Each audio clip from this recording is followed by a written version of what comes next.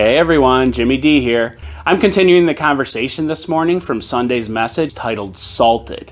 And this past Sunday, Pastor Dan talked about the third P, which is prayer. The verse that he referenced was 1 Timothy 2, verses 1 through 4, where Paul challenges us to pray for all people. Hopefully as this election winds down, we start to approach this from a perspective of prayer for everyone involved.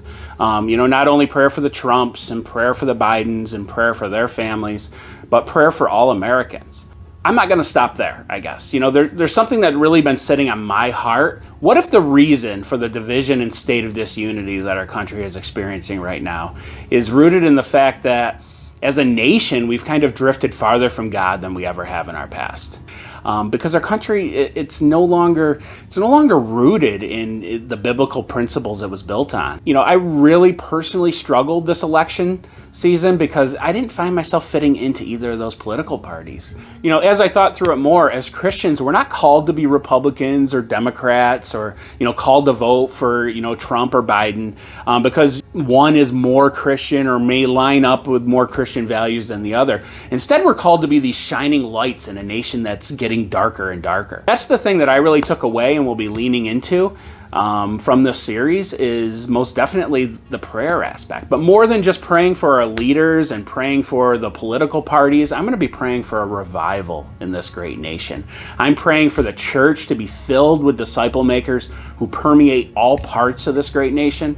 I'm going to be praying for God to work in the hearts of all its believers, and for those believers to be voices of unity and messengers of love, and for all of us to be transformed by that grace of God and the hope that Jesus has shown every one of us. What's going to change for you moving forward? For Him to, transform your heart and the heart of all the American people to love one another. What are you going to do? What are you going to change moving forward? Let's start a discussion. I'd love to chat about it more, but for me, I'm going to be praying, and I am hopeful that all of us can come together and pray for the revival our nation needs. It's only going to come from hearts that are transformed by the gospel of Jesus Christ. In John 13, verse 35, Jesus actually says this, quote, "By this, all people will know that you are my disciples, if you have love for one another." So, are you loving one another well?